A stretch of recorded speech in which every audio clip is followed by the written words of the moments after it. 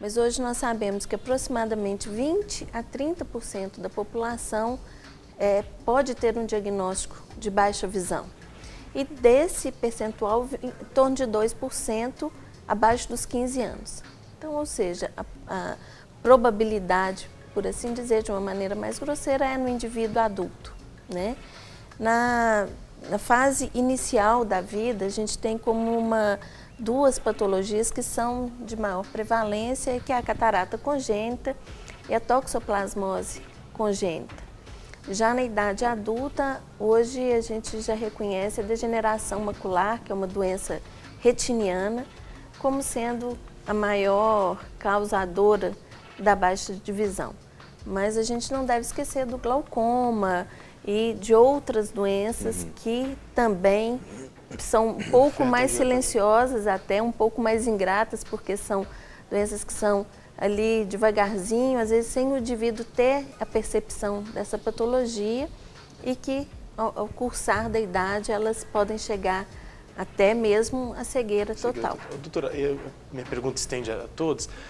A gente sabe que há um pouco tempo atrás, uns 10 anos atrás, vamos dizer assim, era muito mais cara a armação de óculos, a lente, eram mais restritas as marcas. Hoje não, hoje você vai em qualquer loja, uma banca de jornal, você encontra um óculos de leitura. Não, no supermercado você tem óculos prontinhos, eu nunca vi isso. Lente de contato. Eu queria saber até que ponto isso trouxe benefícios ou até que ponto isso prejudicou a oftalmologia, porque eu imagino que tem aí muitas coisas que prejudicam esses óculos de visão, que tem um grau escondido. Fala um pouco sobre esse cenário e daí, com a doutora, pode ficar à vontade. Na verdade, esse acesso um pouco mais liberado, né, a alguns tipos de correção, isso, na verdade, o maior prejuízo considerado por mim, na verdade, é o atraso do diagnóstico de algumas patologias que poderiam ser diagnosticados mais precocemente, tratados de maneira adequada e que o paciente, já que ele considera que está enxergando bem, ele julga que está tudo bem com os olhos. Né? Então, acho que esse é o maior prejuízo e que os indivíduos, aí, os consumidores desse tipo de correção deveriam ter um pouco mais de consciência. Porque tem gente que compra óculos igual como sapato, eu já vi. O cara vai no supermercado, vai botando, esse não serve, esse aqui deu, eu estou enxergando. Aí, quer dizer, ele pode se prejudicar, né? Se ele diagnostica. Agora eu vi que ela trouxe um olho também, se você puder explicar. Na verdade, bonito, né? É olho azul. Se ela fez uma réplica do meu. Muito bonito. Se quiser explicar alguma coisa. Esse é o olho da Esther, na verdade, isso é um esquema, né? Uma maquete, por assim dizer, do globo ocular. Doutora, olha para lá, porque a câmera está mostrando exatamente o olho agora. Não olha o olho, põe um olho, vira o olho. Tem que olhar para cá. Não olha com o olho. Não olhe com os meus olhos. O olho da mão. Exato.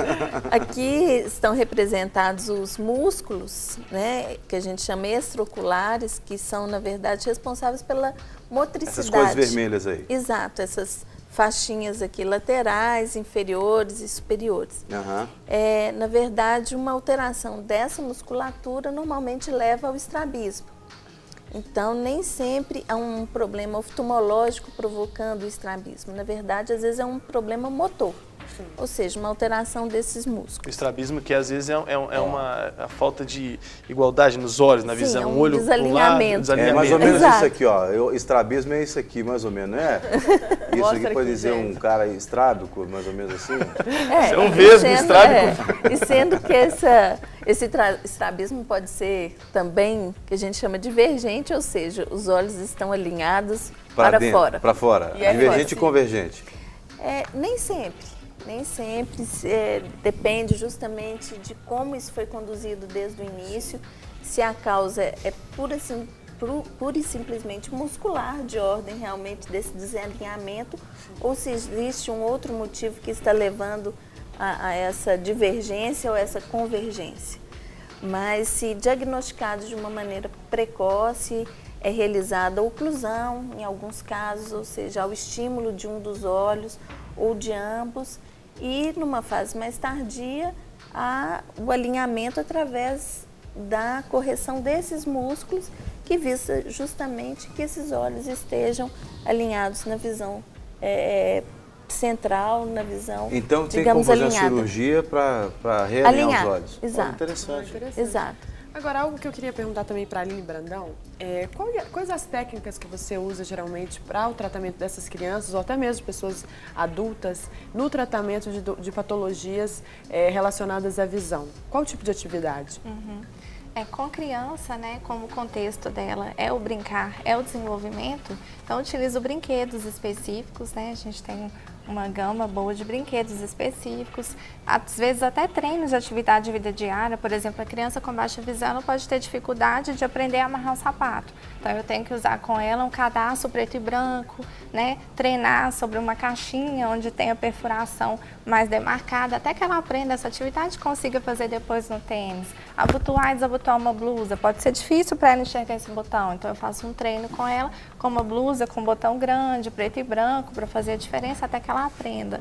Né? E brinquedos iluminados, brinquedos com alto contraste, é o que a gente chama, né? Ou preto e branco, né? Ou verde e vermelho, que vai estimular essa criança a perceber, a usar a visão para poder explorar o mundo. Pelo que eu estou percebendo, é um atendimento pessoal mesmo, né? Não existe assim algo... Cada um é cada um. Cada um é cada um. E até isso, eu acho que enriquece a própria pedagogia, né, Geralda? Sim. Porque você vai acompanhar cada caso como um caso mesmo, não existe um tratamento no atacado, né? E sempre levando em conta o contexto, né? Igual, por exemplo, o adulto vai depender da demanda, né? No meu caso, o adulto pode ter dificuldade da reinserção no mercado de trabalho, ele está com dificuldade, né? Tem visão subnormal, dificuldade de realizar suas atividades no trabalho. Então, eu posso, né, fazer um treino com ele específico que ele consiga fazer melhor aquela tarefa. É sempre um estímulo, né? Isso, é sempre um estímulo. E é importante ressaltar justamente a importância da multidisciplinaridade desse atendimento. Sim. Não basta simplesmente ser prescrito o auxílio. É necessário que esse paciente ele tenha uma experiência guiada desse tipo de auxílio que foi prescrito. Isso habitualmente é feito pela Geralda. E também esses ajustes que precisam ser feitos na vida diária do paciente. De postura, como a Aline falou... De aprendizado mesmo. Exato. Então, é muito importante que esse paciente tenha a oportunidade de vivenciar toda essa realidade que ele vive nesse momento com as vários profissionais, o contexto psicológico que é tão importante desse indivíduo, da família que o cerca, no sentido de proporcionar a esse indivíduo a realidade social, escolar, que é possível a ele. Eu queria fazer uma pergunta para a gente já finalizar o nosso bate-papo aqui, que está muito interessante, e aí pode ser para a doutora, para a Geralda também. É claro que vocês estão falando da perspectiva de profissionais, mas pensamos que a gente tem ali, então, em casa, o cidadão comum, o pai, a mãe leigo, que não teria, por exemplo, ainda acesso a um diagnóstico muito profundo, como vocês estão fazendo, mas precisa de fazer um pré-diagnóstico. Existe algum tipo de teste, seja na criança, seja no adulto, que poderia ser feito na questão da visão, para ele identificar, seja na criança ou no adulto, uma possível necessidade de um diagnóstico mais profundo assim, da visão subnormal? Tem alguma coisa que a pessoa em casa possa fazer que facilita um pouco isso? Eu acho que a primeira etapa é observar o seu filho, as atitudes do seu filho.